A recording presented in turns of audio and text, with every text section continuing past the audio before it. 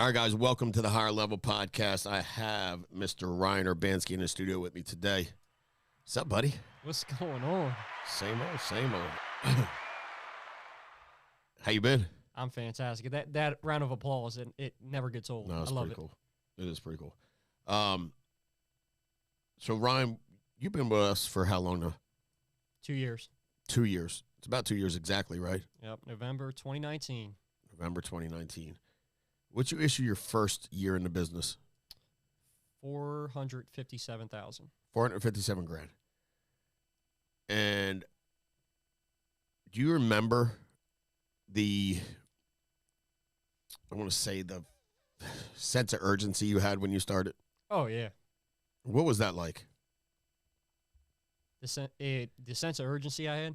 I was sinking, and it was time to get to work. And I remember what it felt like drowning before I started here at FFL, and I was just never going back to that. Okay. And what you used to do before you were a licensed life insurance agent? I was a police officer. So you're a cop. Yep. Why do you always say police officer? Why didn't you just go cop? I was a cop. I don't know. It's just something about. That's what y'all say. Yeah, I mean, see, all of yeah. you guys that what you used to do? I was a police officer. No, you were a cop. It's just much faster. Yeah, it's right? quick. Yeah. All right, so let me read through these numbers. We're going to dive in a bunch of stuff, but I think you've learned a lot over the last 10 months, right? Oh, night and day. Night and day, which I want to get into because very few people come in and do what you did the first year, which is a good thing and a bad thing at the same time, if that makes sense. So let me read through these numbers and we'll get back to this. All right, submit. We're going to go 10,000 and above. Garrett Rogers, $10,224. Calista Okoro, $11,803. Edwin Delgado, $11,840. Ernestine Smith, $11,990. Austin Smith, $12,876. Eugene Marshall, $16,110. Our guest today, Ryan Urbanski, $17,014. Richard Moore, $17,167. Julian Dickinson, $18,000. Ron McCormick, $28,844. And number one spot, this is stupid, Kristen Slice with $103,899 submit for the week. For the week. Did you make $103,899 as a cop? No, You not didn't even. say hell no. No, hell no. That was 1 week. This is submit numbers. This is stupid. Let's go team-wise. Tracking VP, FFL Unity, $51,504 submit. FFL Blitz, $60,379. Honor and Valor, that's your group, $67,130. Pursuit of Happiness, $81,410. Dream Team, $87,894. FFL Fury, $120,846. Oh, snap. Entourage went back ahead of Fury last week for submit. $145,151. And Allegiance, $257,522. National as a whole submitted $570,260 for the week. All right, let's go. Issue paid week 1. So $5,000 and above, tracking to hit gold producer. Josh Crisp did not do that. He's at $4,994. So he's not at $5,000. So I won't mention Josh at all. Jen Marquise, brand new agent, $5,394. Gary Nesselrode, $5,537. Kamal Harris, $5,731. Ian, you want to try that? Pelletier? There you go. We're going to go with that. $5,862. Must be a new agent. I don't know him, but well done. Will Crandell, $6,226. Austin Smith, $6,576. Ruben Rodriguez, $6,844. Rich Moore, $73.45. Julian Dickinson, $79.26. Josh Forrest, $8,193. Corinne Giles, $8,335. Kristen Salice, $9,121. Our guest today, Ryan Urbanski, issue paid first week, $10,649. Brad Murphy, $10,821. Adam Ellis, $11,433. Mike File, $11,964, still leading from the front. Justin Marsh, $11,998. Ron McCormick, $13,603. And number one spot for issue paid week one, Scotty Simmons, $15,365. Group-wise, Peak Finance, $51,841. Week one, issue paid. Pursuit of Happiness, $63,600. Dream Team, so we only got $50,000 above. Dream Team, $80,534. FFL Fury, $121,594. Entourage, back in the number two spot, $148,590. And number one spot, FFL Legions, $234,997. Issue paid for $445,894 total. Not bad. Could be better, but not bad. So, dude, I'm excited because I used to say to Mike, I love what Ryan's doing, but he needs to get punched in the mouth. Like, you do know that anything good in life doesn't come easy, right? Absolutely, no matter what you do. No matter what you do. So, like, I coach football. You know that, right? So, our team's going to the championship. The first half of the game we played on Saturday night, they played awful. Like, they were not there. Mindsets were bad. Everything was bad. Some of them were cold. I'm like, geez, have some respect for yourself. Like, I'm in them at halftime. In them, because I know what they're capable of. But they had won by so much all season long. Like, they ain't got punched in the mouth in a while. And I think they needed it because that's what it takes sometimes, right? You got to learn how to deal with adversity, learn how to deal with things that aren't going well. I think for you, coming out the gate the way you did, first of all, the reason you hit Hall of Fame your first year is because you worked like a maniac. And that's really all it takes in this business, right? Oh, 100%. Just numbers. It's effort. But sometimes you go, I don't want to do that for the rest of my life. And I get it. Like, very few people want to work 90, 100 hours a week every week. Not to say that, you know, you didn't or you don't still want to do that, but you don't want to be grinding it like that. Because you got in this business to give your life, your family a better life, right? So I think in year two, you came out of the gate going, all right, I got this. I'm good. I got Hall of Fame, year one. I'm good. Rookie of the year, Family First Life National. I got this. And then all of a sudden, what happened? I got a reality check. Got a reality check. So can you talk a little bit about that? And again, it's important. I don't want you to think I'm talking about this to make you feel bad, but it's important because, like, I knew because it comes in this business. Like, we still get reality checks to this day, so you're going to keep getting them. This ain't the last one you're going to get, by the way. Oh, I know. Yeah. So, but it's important to have it. It's even more important, how do you react to it, right? So talk a little bit about what changed from year one going into year two, and then what you adjusted to get back on track to hit Hall of Fame again in 2021. Yeah, and again, I appreciate you having me on here, and it's really important, like you said, Frank, you know, when you do have success starting off in the very beginning or whatever, we tend to let our foot off the gas, and I think that's kind of what happened. And after year one, year two, I was like, you know what, you know, maybe I don't need to run as many appointments because my closing ratio is a little bit higher, right? And then you always hear it in this business, it's a numbers game. And sometimes the closing ratio is a lot higher because it's just you're on that side of the numbers. So I went through a streak of, hey, look, I'm struggling. Like 10 grand a week or die used to be like an app, like that was what it was. And now it was like, oh my God, I got to work my way back up to 10K. And it was really just as simple as just keeping my mind right and trusting the numbers, believing in the process, and running the amount of appointments that I needed to, no matter what happened, even if I had a terrible week, I already knew I was going to sell 50% of the appointments that I sat with. So that's really the transition that I've been doing now.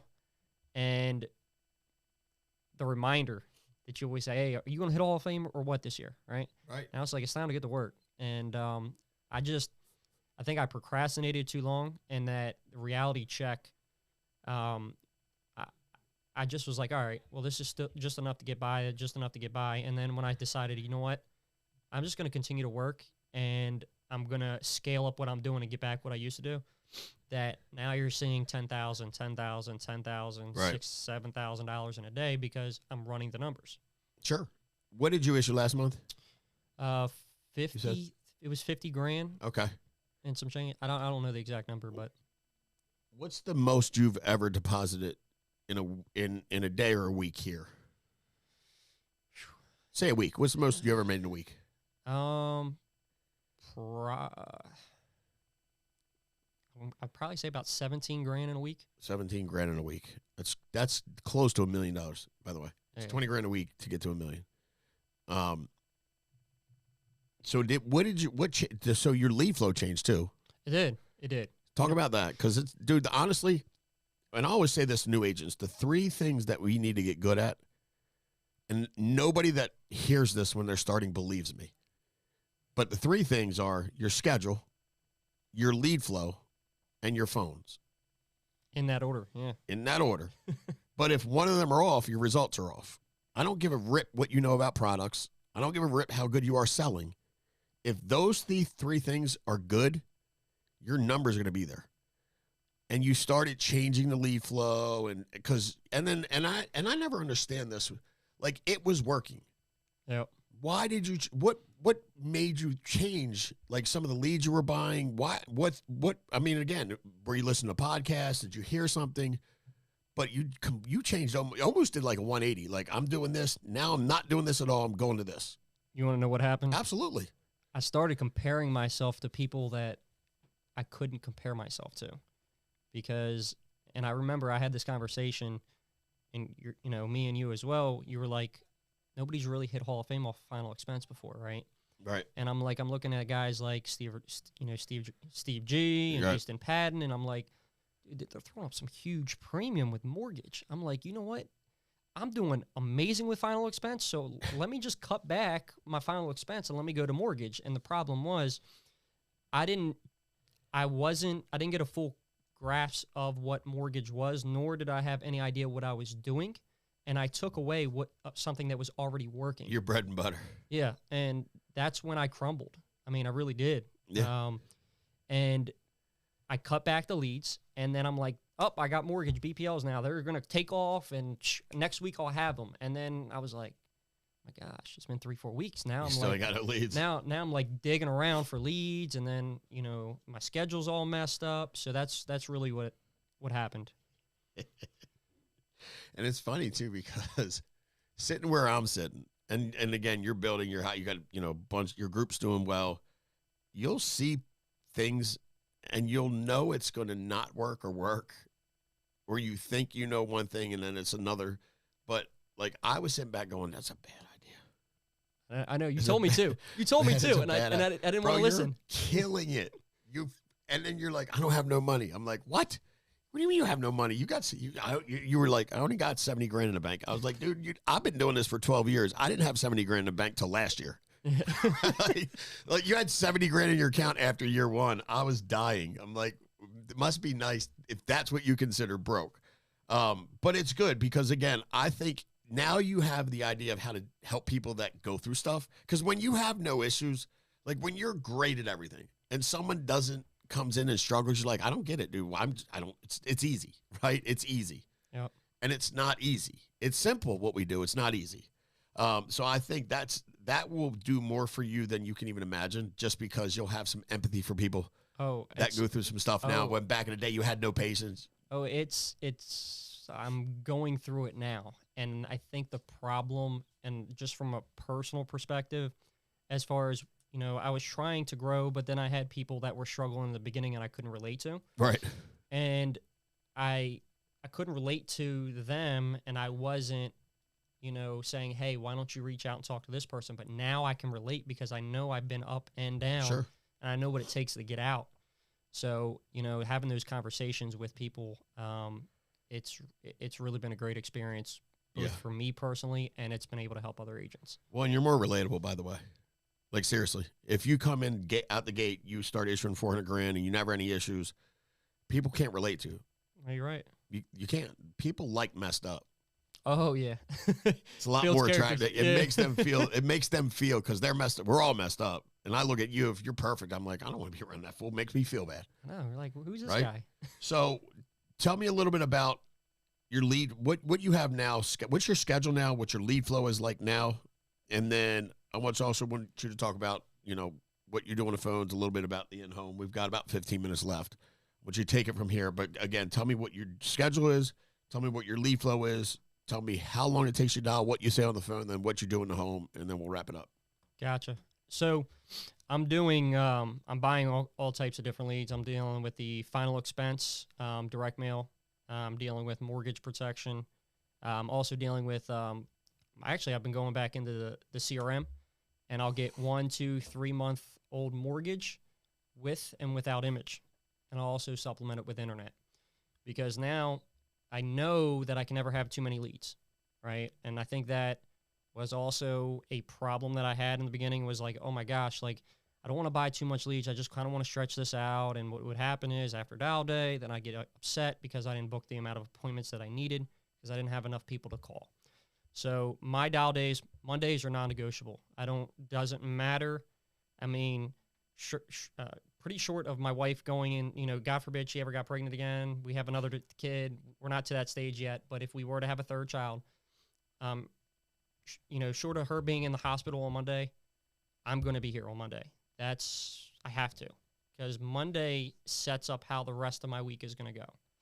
So I will dial Monday. Right now I am dialing for Tuesday because I am on a dial a day, run a day. I am working and dealing with recruiting as well. But when I say I dial a day, run a day, I have to make sure that I am getting no less than 9 to 12 appointments. Okay, because the numbers are, I have to get at least 32 to 36 appointments a week. That I know running that many appointments will be able to get me my 10 grand plus every week. Then I will come in here and I'll dial Wednesday and I will run Thursday. Okay, depending on how that looks, again, whatever side of the numbers I'm on, when I come in here on Friday, if I have to, I'm going to dial Friday and run Saturday and or Sunday. Okay, because if I'm at 30 and I'm not anywhere close to my 10 grand, then I already know that I got to pick up the pace and I got to run more appointments on Sunday.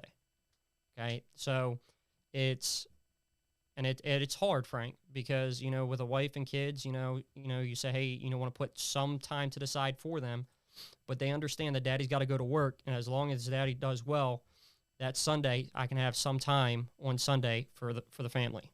Right. So that is definitely what's been my schedule. Okay. So, and I want to get back to a couple of things you said. It is hard. You're giving up time on it's called sacrifice, by the way, right? And, it's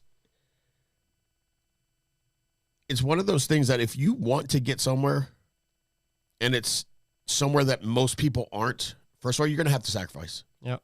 And that's one of the things that you sacrifice. Now, it shouldn't be forever.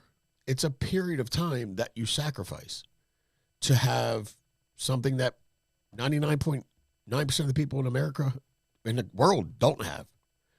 So, but I love that. So if you get the Friday, so if you're at Friday and you're sitting on $9,800, you're running Saturday or Sunday.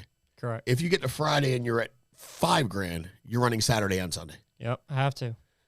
What if you get to Friday and you're at 17,000? Still run. Still run.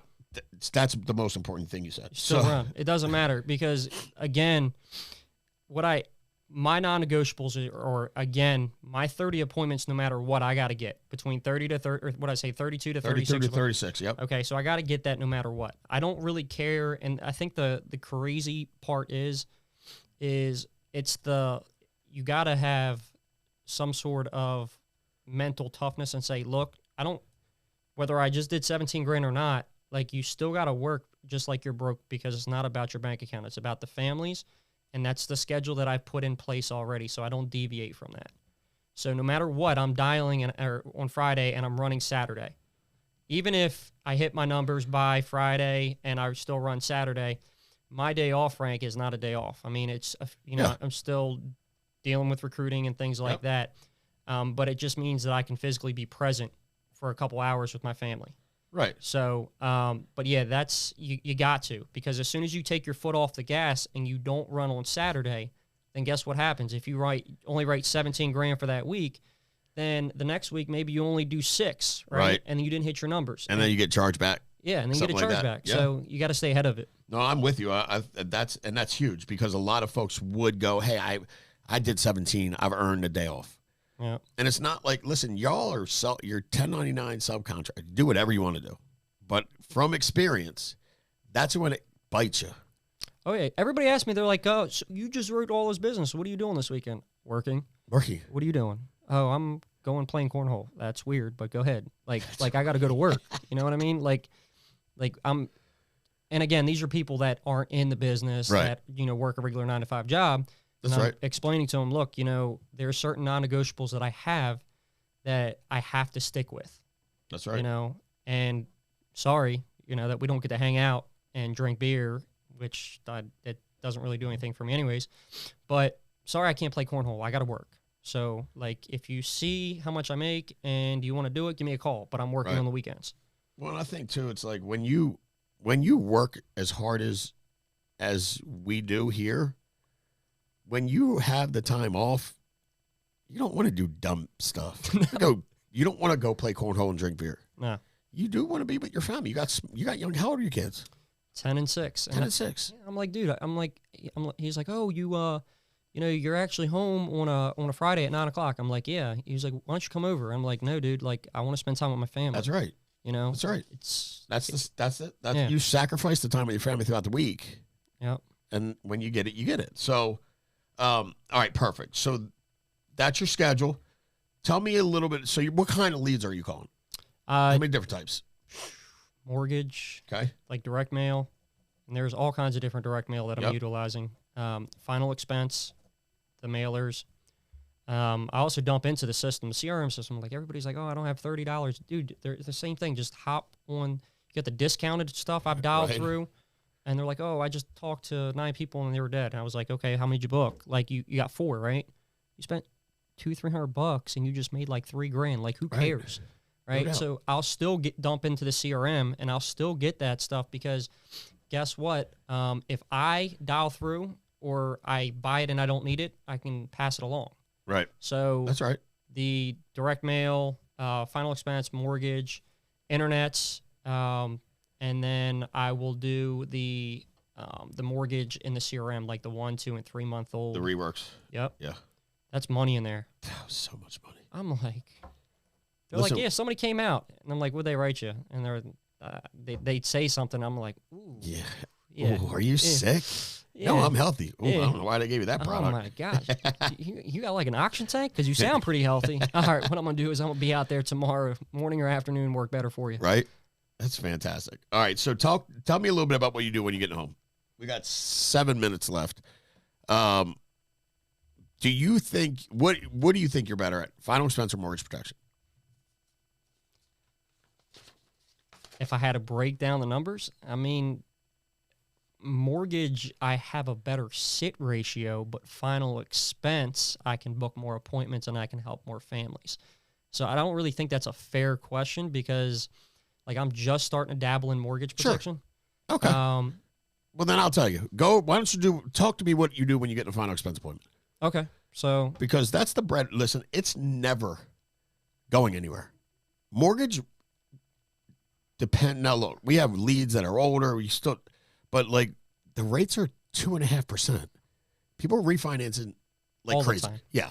But when those rates go up to 7, it's going to slow down. So FEX is always there. It's the bread. It's the constant. So tell us what you do when you get home with a final expense appointment, how long you're in an appointment, how you handle objections, how you get the checking account number, how you get all that stuff. Yeah. So as soon as I walk in, number one, what I've learned is, and this is also the downfall that I had, is when you were having a bad day or a bad week, like you almost subconsciously, you can bring that energy into an appointment. Right. So what I started doing is I actually started smiling, right, as soon as I got out of my car. That subconsciously like put like a different vibe and a different tude to the face-to-face interaction before I even got into the door. And it's worked. It's definitely worked. I've gotten in a lot more homes. I haven't been rejected at the door. So as soon as I get there, hey, Frank, Ryan, mortgage protection appointment. How are you doing? You want me to take my shoes off, or would you like me to leave them on? And I'm already walking through the door, right? Because it's not weird. I have the card they filled out. I've got their information. I've already sent them a copy of my license. They know who I am. And then I start directing them to the table, right? They do it all the time. Oh, well, you can sit here to the couch. Look, I need a place to sit. I need a table. Oh, I got a whole bunch of stuff. That's okay. I'll wait. Like it's only going to take a couple minutes. And then right there, it lays down how the appointment's going to go. Like, it is business. I'm here to help you. We're not going to be sitting here eating Cheetos, watching some TV. That's not how this is going to work. So I'll go in there and I'll say, look, Frank, you filled this out. You're requesting help with final expense coverage for your family, right? Most people that send this request into us, usually they're concerned about one or three things, or maybe it's all three. You know, either they don't have coverage, they need something to take care of those final expenses when you die. Your family's not left wondering, you know, are we going to start a GoFundMe page, or where the money's coming from, right? Second thing is, you know, Frank, you know, you said you got kids, they have their own house, they just locked into, you know, maybe they're in a lease, right? You want to make sure that your income for whatever bills you have to take care of are supplemented for a period of time. Or the third thing is, like, you know, a lot of people say, Ryan, look, you know, I already have life insurance. I want to leave something behind for my family. So when you were looking at the final expense insurance, which one was it for you? And I'll shut up and I'll listen. And what I've done now is I used to shy away from what they had, right? But now I say, okay, if Frank, you're like, yeah, I have insurance. I'm like, okay, Frank, you know, how much insurance do you have? Well, I have 100,000. Okay. And when does that term run out? Because I already know, like, most people don't have $100,000 of permanent life insurance, right? So I've already subconsciously painted that picture, like that policy is going to run out. It's not going to do the final expense. Frank, when you got this policy, what did you get it for? Well, I just, you know, I wanted to make sure that if something happened, the kids could keep the house. Okay. And you've got how many years left? You got 10 years left. Okay. So we put this to the side. We already know this is for mortgage protection. I'm here for final expense.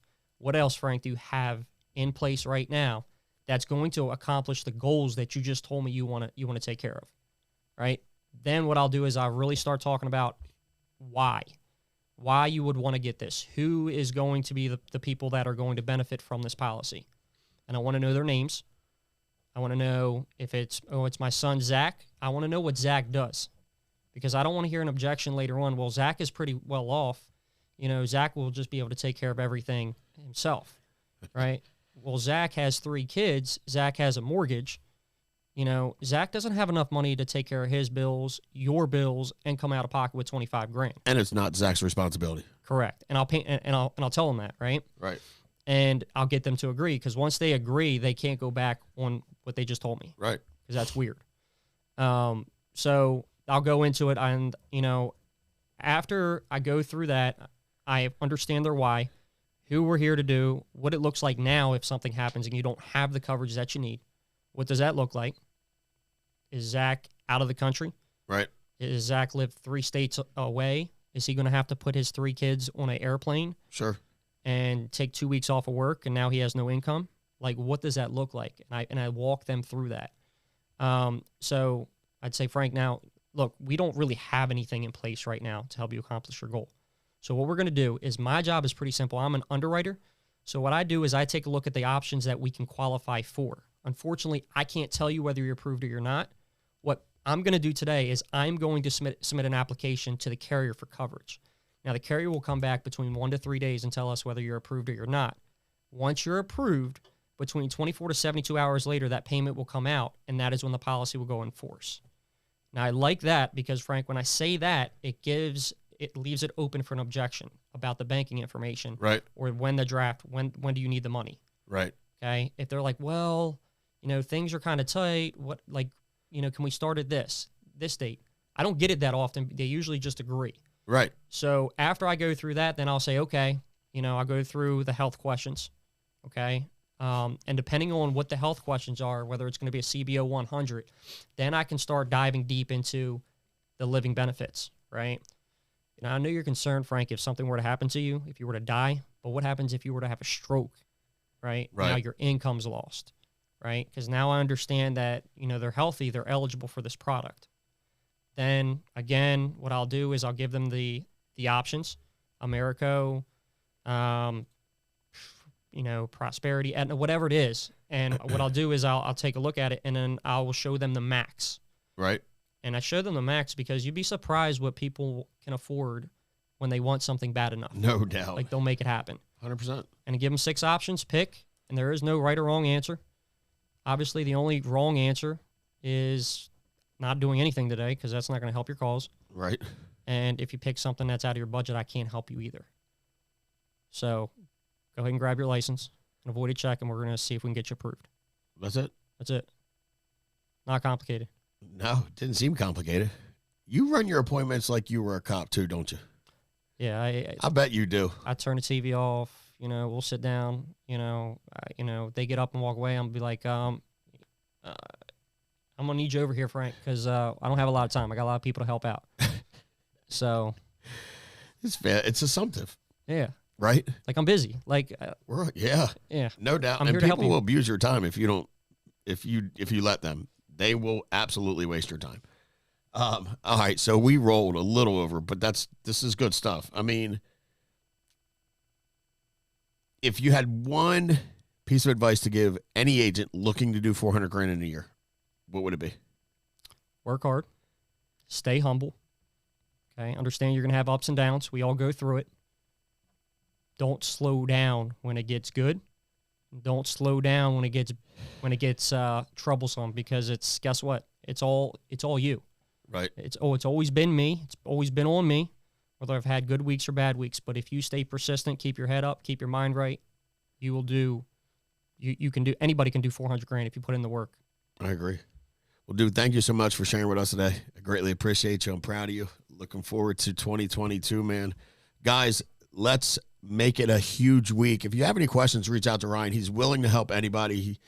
He's one of the best team players we have. He will do anything for any of y'all if you just ask. So appreciate you, buddy. Have a good one. Till next time. Thanks, See ya. Frank.